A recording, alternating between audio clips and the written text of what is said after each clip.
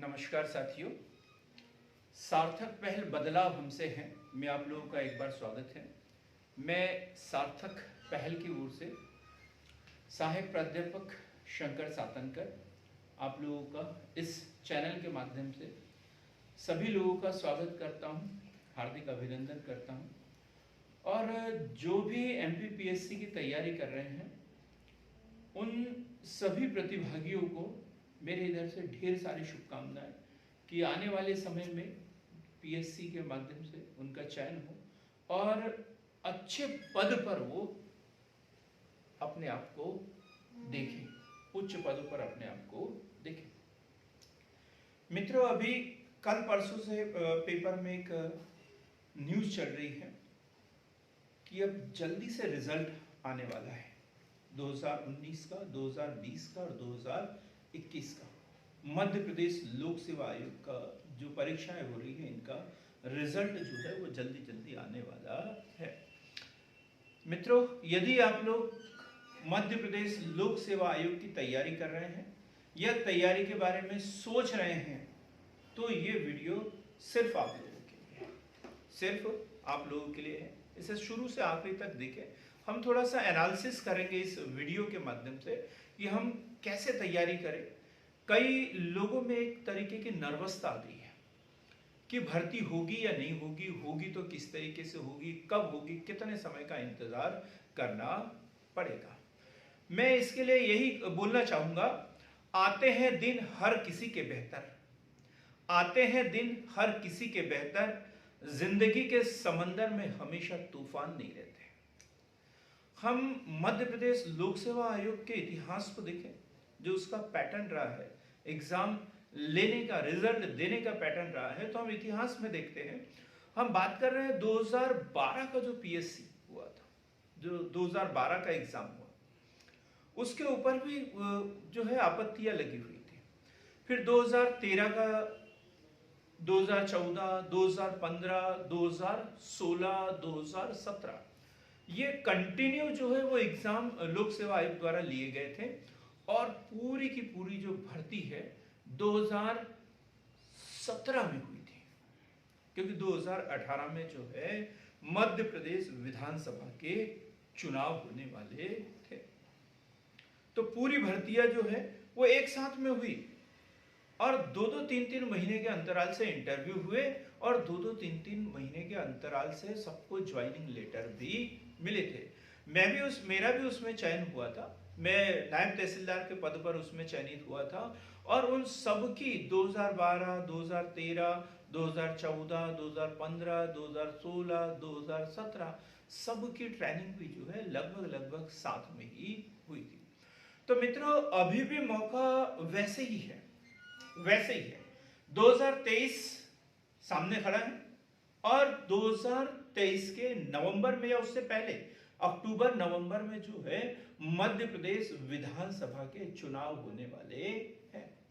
2023 जो है वो चुनाव का साल है। 9 राज्यों के विधानसभा के चुनाव होने वाले हैं और उसमें से मध्य प्रदेश भी एक है। तो ये मान के चलते हैं 100% जो है 2019, 2020 और 2021 और 2022 की भी भर्ती जो है ये चुनाव से पहले पूरी हो जाएगी। श्योर है कि 2019, 2020 और 2021 की ज्वाइनिंग भी हो जाएगी और 2022 का मेंस वगैरह की प्रोसेस चल रही होगी। उससे पहले जो है 2023 की वैकेंसी भी आ सकती है। इतनी भी संभावनाएं मैं बता सकता हूं। हमें अब एक्शन मोड में आने की जरूरत है। अभी 3 साल लगातार हम देखें तो 2018 की भर्ती हुई है, उसके बाद से 19, 20, 21 और 22 भी समाप्त होने वाला है। इसमें किसी भी प्रकार की ज्वाइनिंग नहीं हुई है। तो जितने भी प्रतियोगी है इसमें जो एग्जाम की तैयारी कर रहे थे, अभी क्या हुआ, उनके मन में एक तरीके का डर का माहौल है, नर्वसता है और डिसीजन नहीं ले पा रहे हैं कि अब हम ये तैयारी करें या ना करें, सरकार भर्ती करेगी या नहीं करेगी। बार बार लोगों के मुंह से ये सुना सुना जाता है कि सरकार तो प्राइवेट कर रही है, सब कुछ प्राइवेट कर रही है, तो क्या भर्ती होगी ही नहीं? अब बिल्कुल होगी, बिल्कुल होगी, 100% भर्ती होगी। 2019 की भी होगी, 20 की भी होगी, 21 की भी होगी और 22 की भी होगी। 23, 24 पता नहीं, हो सकता है अगले चुनाव तक फिर रुकना पड़े, ये भी हो सकता है, लेकिन अभी भर्ती होना तय है। लेकिन अब हमें किसी भाग्य पर या किसी पे टिकने की जरूरत नहीं है। सफलता का एक मूल मंत्र है, महत्वपूर्ण सफलता न तो भाग्य से मिलती है और न ही सस्ती पगडंडियों के सहारे काल्पनिक उड़ाने भरने से मिलती है। बात समझ में आ रही होगी कि महत्वपूर्ण सफलताएं न तो भाग्य से मिलती है और न ही सस्ती पगडंडियों के काल्पनिक उड़ाने भरने से मिलती है। उसके लिए योजनाबद्ध पुरुषार्थ करना पड़ता है। हमें योग्यता बढ़ाना है, साधन जुटाना है, बिना थके, बिना रुके, बिना साहस खोए। ये 3 सूत्र है, ये 3 सूत्र है पढ़ाई करने के। क्या? बिना थके, बिना रुके, बिना साहस खोए हुए अनवरत हमें परिश्रम करना है। हमें बरसाती मेंढक की तरह पीएससी की तैयारी नहीं कर सकते।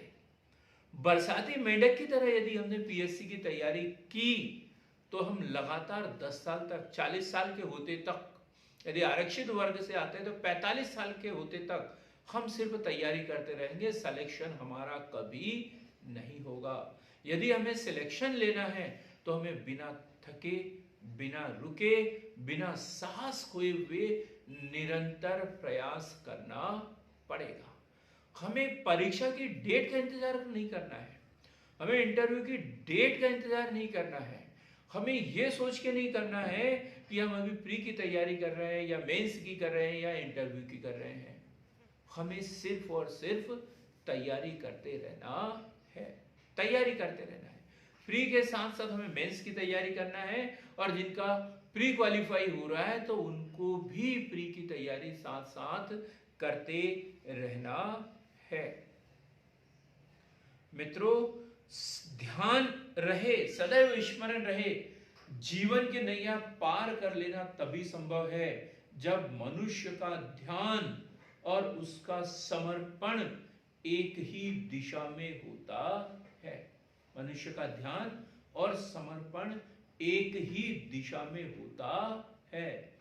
जो 2019 की जिन्होंने तैयारी की है, जिनका क्वालिफाई हो गया था, जिन्होंने मेंस दिया हुआ है और जिनका यदि वो ओबीसी, एससी, एसटी कैटेगरी में आ रहे हैं और उनका यदि 1 नंबर से 2 क्वेश्चन से यदि रुक गया है तो वो मान के चले कि उनको फिर से मेंस देने का एक मौका मिलने वाला है।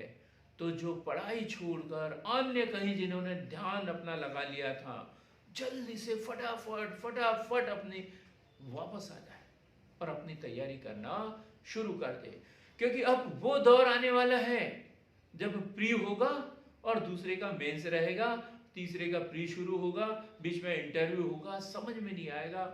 जो एग्जाम देने के लिए भोपाल, इंदौर जाएंगे, वापस आएंगे, फिर जाएंगे, फिर वापस आएंगे, और ये निरंतर सिलसिला जो है हमारे लिए 6-8 महीने चलता ही रहेगा। तो इस तैयारी के लिए जो है बड़ा अपने स्वास्थ्य पे ध्यान रखे, पढ़ाई के घंटे निर्धारित कर दे, पूरा सिलेबस पढ़े। मेरी जो सलाह है, जो प्री की जो तैयारी कर रहे हैं, जो 2022 प्री की तैयारी कर रहे हैं, कमर कस ले एकदम। 10 यूनिट है हमारी, समय बांध ले। मध्य प्रदेश उसमें मुख्य पार्ट है, तो हर दिन लगभग 2 घंटा जो है वो मध्य प्रदेश को पढ़े। हर दिन मध्य प्रदेश को 2 घंटा पढ़े। आयोग की यूनिट जो है बड़ी सरल है, छोटी सी यूनिट है। हर दिन एक आयोग पढ़े, हर दिन एक आयोग पढ़े। हमें करंट अफेयर्स तैयार करना है, तो पिछले 4 महीने से 6 महीने से करंट अफेयर्स, हर दिन 1 महीने का करंट अफेयर्स अवश्य पढ़े, रिवाइज करते रहे, पढ़े और रिवाइज करते रहे। ऐसा नहीं कि हमने एक बार कंटेस्ट याद कर लिया तो अब उसे देखने की जरूरत नहीं है, नहीं, हर दिन पढ़ना है। जो मित्र हमारे 6-8 महीने से मिलते नहीं है, दोबारा मिल जाए तो हम उसका नाम भूल जाते हैं। यदि 2 साल बाद मिले तो हम उसकी शक्ल भूल जाते हैं। तो ऐसे ही यदि हम किसी यूनिट को बहुत अच्छे से याद कर ले और 6-7 महीने का गैप हो जाता है तो वो हमें अजनबी सी लगने लग जाती है। तो बिल्कुल भी गैप ना होने दे, हर दिन रिवाइज करें, उसे समय बांध ले। 10 यूनिट है हमारे पास में तो कम से कम दिन भर में 10 से 12 घंटे का समय निकाल ले। मध्य प्रदेश से संबंधित 2-3 यूनिट है तो उसको 2 से 3 घंटे में पढ़े। हिस्ट्री के लिए 1 घंटा, ज्योग्राफी के लिए 1 घंटा, पॉलिटिकल साइंस के लिए 1 घंटा, साइंस के लिए 1 घंटा, ऐसे समय निर्धारित कर ले। ये देख ले कि हमारी कौन सी यूनिट पे पकड़ बड़ी मजबूत है, उसको ज्यादा पढ़े। जिस पे हमारी पकड़ कम है इसका मतलब ये नहीं कि उसको पढ़ना ही नहीं है। करत करत अभ्यास के जड़मति होत सुसान, रसरी आवत जात ते सर पर होत निशान। तो कठिन से कठिन यूनिट होती है, उसे भी हम यदि बार बार पढ़ते हैं तो वो भी हमारे लिए सरल हो जाती है। कोई यूनिट को हम एग्जाम के समय के लिए बिल्कुल ना छोड़े। हम लोगों से गलती होती है, अक्सर ये गलती होती है कि कुछ यूनिट को हम ये सोचते हैं कि एग्जाम के 2 दिन पहले पढ़ लेंगे, एग्जाम के 1 दिन पहले पढ़ लेंगे, और हम उस समय इतने व्यस्त हो जाते हैं कि जो मुख्य जो पढ़ने के लिए हमने छोड़ा होता है उसके ऊपर हमारा ध्यान ही नहीं जा पाता। और एग्जाम के 1-2 दिन पहले तो हमारा पूरा सिलेबस कंप्लीट होना चाहिए। तब तो हमें सिर्फ और सिर्फ रिवीजन जो पहले पढ़ा हुआ है या करंट अफेयर से संबंधित कोई घटनाएं होती है उसको पलटने की जरूरत होती है। इसी प्रकार यदि हम 2019 के मेंस की तैयारी कर रहे हैं, 2020 का यदि किसी ने मेंस दे दिया है, 2021 में यदि प्री क्वालिफाई हो रहा है जो मेंस की तैयारी कर रहे हैं, तो उसके लिए भी समय डिसाइड कर ले। फर्स्ट पेपर के लिए 3 घंटे डिसाइड करें, 1.5 घंटा फर्स्ट पेपर का फर्स्ट पार्ट, तो 1.5 घंटा फर्स्ट पेपर का सेकंड पार्ट। उसी प्रकार सेकंड पेपर के लिए 3 घंटे निर्धारित करें, थर्ड पेपर के लिए 3 घंटे निर्धारित करें। उसमें तो यूनिट वाइज देखें। थर्ड पेपर के लिए 10 यूनिट है हमारी, तो हर यूनिट को लगभग 20-20, 25-25 मिनट हर दिन पढ़ना है हमें। बिल्कुल नहीं सोचना कभी कि अभी हम फर्स्ट पेपर का फर्स्ट पार्ट पढ़ रहे हैं, फिर फर्स्ट पेपर का सेकंड पार्ट पढ़ रहे हैं, बिल्कुल नहीं। हमें हर दिन हर पेपर को पढ़ना ही है। एक गलती जो अक्सर लोग बात करते हैं, जो 4th पेपर है, 5th पेपर है, इसको कभी पढ़ते ही नहीं है। इसको तो सोचते हैं एग्जाम के समय में जिस दिन पेपर देके आएंगे उसके अगले दिन कर लेंगे। छोटी सी किताब है, बहुत स्कोरिंग सब्जेक्ट है मित्रों ये 4th पेपर और 5th पेपर। 200 नंबर के पेपर होते हैं और हमें ये लिखना है बहुत ही ध्यान से, अच्छे से। फर्स्ट, सेकंड, थर्ड पेपर में हमारी स्पीड अच्छी बन जाती है और 4th पेपर में हमारे पास मटेरियल कम पड़ जाता है, हमें याद नहीं आ पाता उस समय। एक तो थक जाते हैं उस समय, नींद हमारे ऊपर हावी हो चुकी होती है क्योंकि कंटिन्यू पहले पेपर देके आते हैं तो फिर सोते नहीं है दूसरे पेपर के लिए, फिर तीसरे पेपर के लिए, और हमारे ऊपर नींद हावी होने लगती है, तबीयत भी खराब होने का डर रहता है ऐसे समय में।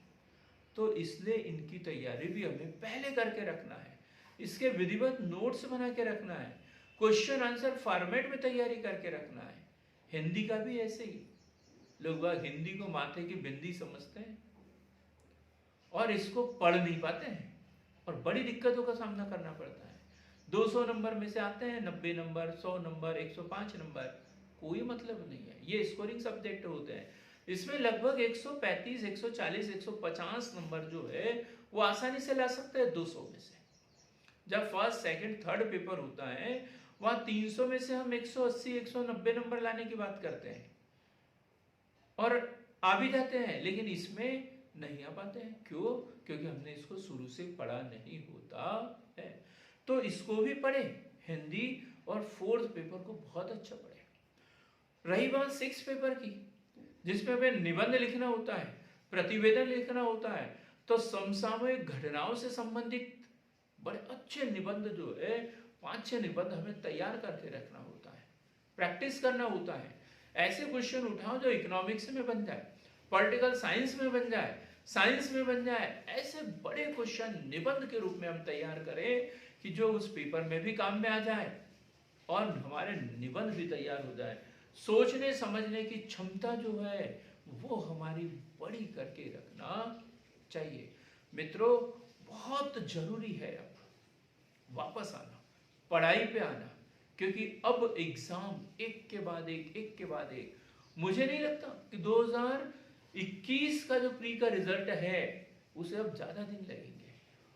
15 अक्टूबर तक प्री का रिजल्ट आ जाएगा, शायद अक्टूबर में ही 2020 के मेंस का भी रिजल्ट आ जाए और कंटिन्यू जो है नए एग्जाम भी लेना शुरू कर दे। और यदि हम अभी भी लाइन में नहीं आए, अभी भी हमने पढ़ना शुरू नहीं किया, यही रट्टा लगाते रहे कि अभी तो आरक्षण का मामला लंबित है, कोर्ट में केस चल रहा है, पता नहीं भर्ती होती नहीं होती, अभी चुनाव होने वाले हैं, उसके बाद में कुछ होगा, तो ये आप लोगों की भूल होगी। और अंत में मैं इतना ही कहना चाहूंगा कि ना किसी से जलन, ना किसी से होड़, मेरी अपनी मंजिले, मेरी अपनी दौड़, अपने हिस्से की मेहनत हमें खुद को करना है, किसी का इंतजार करने की जरूरत नहीं है, कोचिंग जाने के लिए किसी साथी को ढूंढने की जरूरत नहीं है, तैयारी करने के लिए कोई दीपावली, दशहरा, नव वर्ष जैसा कोई शुभ मुहूर्त देखने की जरूरत नहीं है। जो जहां है, जैसा है, वहीं से पढ़ाई शुरू करते हैं। इतनी बात तो सबके समझ में आ गई होगी कि अब जो है पैसे वाली दिक्कतें परीक्षा की तैयारी करने के लिए नहीं आती। ऑनलाइन ऑफलाइन इतना सारा मटेरियल हमें मिल जाता है, घर बैठे पीएससी की तैयारी हम कर सकते हैं।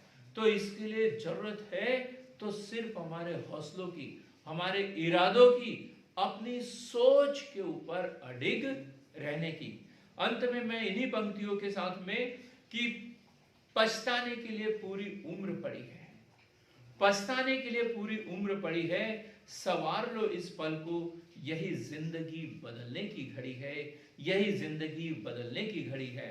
तो मित्रों, बने रहिए हमारे साथ में, सार्थक पहल के साथ में। सार्थक पहल एक ऐसा संस्थान है जो मध्य प्रदेश लोक सेवा आयोग की प्रारंभिक परीक्षा, मुख्य परीक्षा की तैयारी जो है निःशुल्क ऑनलाइन ऑफलाइन माध्यम से करवाता है। तो हमारे चैनल को लाइक कीजिए, शेयर कीजिए, सब्सक्राइब कीजिए, और कोई समस्या है तो कमेंट बॉक्स में इसके लिए हमें कमेंट जरूर कीजिए। बहुत बहुत धन्यवाद।